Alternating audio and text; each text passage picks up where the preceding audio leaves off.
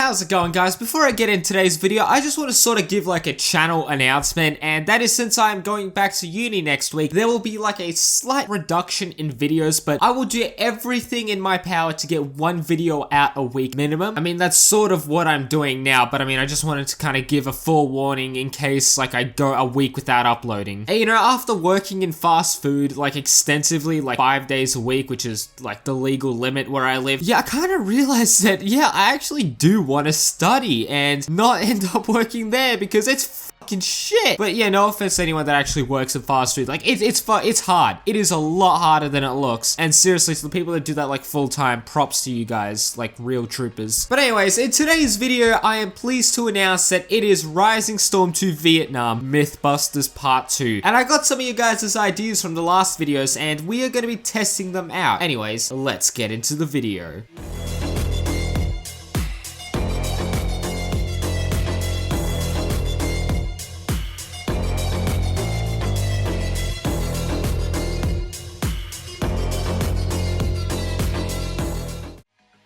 So the first thing that I got told to test was, can smoke grenades put out a fire? And this isn't CSGO, it's not gonna work, but I mean, in the name of science, yeah, I'll give it a shot. And no, it doesn't actually work. The next thing that someone wanted me to test out was, can you shoot a napalm canister as it is being dropped with an RPG? And I just want to say that we spent ages, not just with these people that you saw in the intro, right? If you remember Toothy from my first video, we tried so goddamn hard to hit it, and it was impossible for a multitude of reasons. One, if you are accurate enough to actually hit a canister and see what happens, seriously, just go and buy a lottery ticket, because that is some luck right there. And you know what, maybe don't leave your house at all, because you may have just used up a lifetime supply of luck, so you're probably cursed now. And you know, secondly, let's say you do actually hit it by some stroke of luck, some miracle, right? You just prayed to Jesus Christ and this happens. What do you think is gonna happen? Is the force from the RPG hitting it gonna send it back up and hit the F4 Phantom and shoot it down? Highly unlikely, or probably impossible, right? Will it cause the napalm to detonate early in the sky, causing like an airburst effect, which, mind you, technically has a larger blast radius and is a lot more deadlier?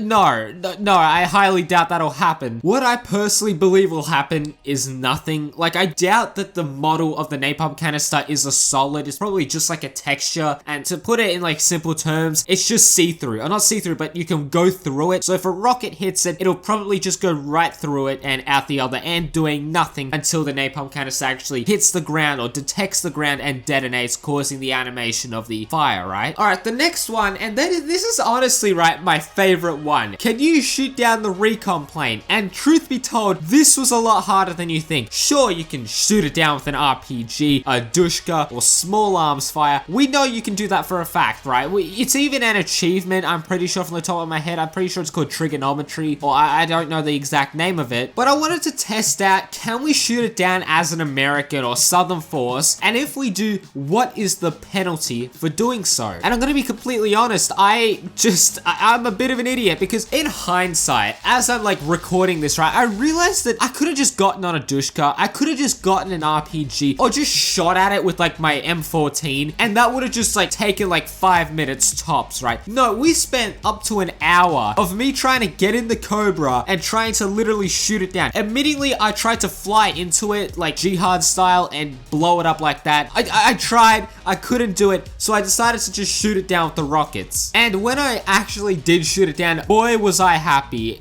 Oh shit, there it is. Oh, I'm on its tail, let's go. Okay, it's smoking.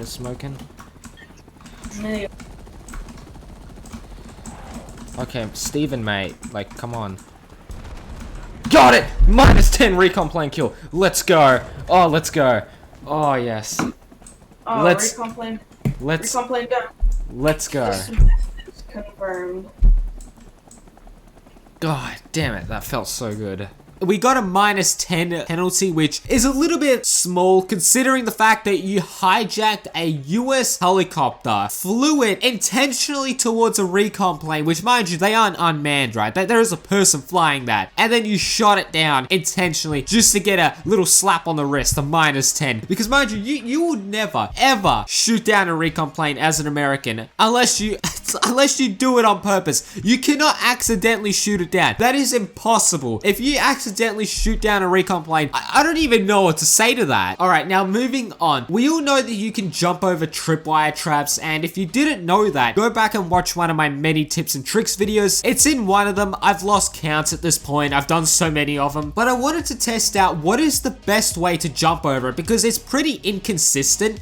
And through trial and error, we found that we have a better success rate if you're running with your secondary and then jump over it, as opposed to running with your primary. And even though you can see in the footage that the guy was running, I think with like binoculars or his secondary weapon, he still ended up killing everyone. But it's just much better to do it with your secondary. And yet again, why are you even jumping over a tripwire trap? Why? Instead of disarming it, why are you jumping over it? Unless it's like set up in some like weird way that you can't like disarm it. But I mean, I can't picture it in my head, like a scenario. I just can't. I can't like formulate a concept of when you need to jump over it. Maybe if it's in a tunnel and like, you know, you're under Quay City, like on Seaside, and you got that tunnel underneath and they set up a tripwire and I don't know, it's like too hard to disarm it. So instead you just jump over it. I don't know. I just don't know. Anyways, moving on. The next thing in my previous video, right? Many people sort of mentioned that the damage effects for helicopters were different if you were inside it, because in my last video, I threw Molotovs, grenades and stuff at the helicopter to see if it would, you know, kill people or if it would actually blow up the helicopter. So I hopped in the pilot's seat and had someone throw a Molotov at it. And you know, I wasn't in like some open exposed area like in a Huey. I'm pretty sure I was in a Cobra and I still died. It was a direct hit with the Molotov and it still killed me. I do believe that it may have penetrated the glass, hit me, or I don't exactly know what happened. But yes, Molotovs and I assume grenades as well can kill you if you are in a helicopter. And the last and final thing, that people said that can a rocket go through a Huey or go through a helicopter, but I mean primarily the Huey helicopter. Now if this were to actually happen, you're either extremely lucky if you're in the helicopter and it just goes right through the middle, or you're extremely unlucky and your day was probably ruined if you shot the rocket. But yes, short and sweet, to the point, yes, the rocket can go through the middle. I don't know what people were expecting were to happen. What I anticipated was that maybe it would like hit the middle of the helicopter, like the interior is classified as a solid, so if a rocket goes through the middle area, it still counts as hitting a part of the helicopter, and then it just detonates inside the helicopter, essentially blowing it up. That's what I assume would happen, but no, it just goes right through it. But anyways, I'm going to end today's video there. I hope you guys did enjoy it, because if you did, please do leave a like. It helps so much with the algorithm, you have no idea. Anyways, if you watched to the end of the video, I just wanted to let you know that you mean a lot to me, and I'll catch you guys in the next video.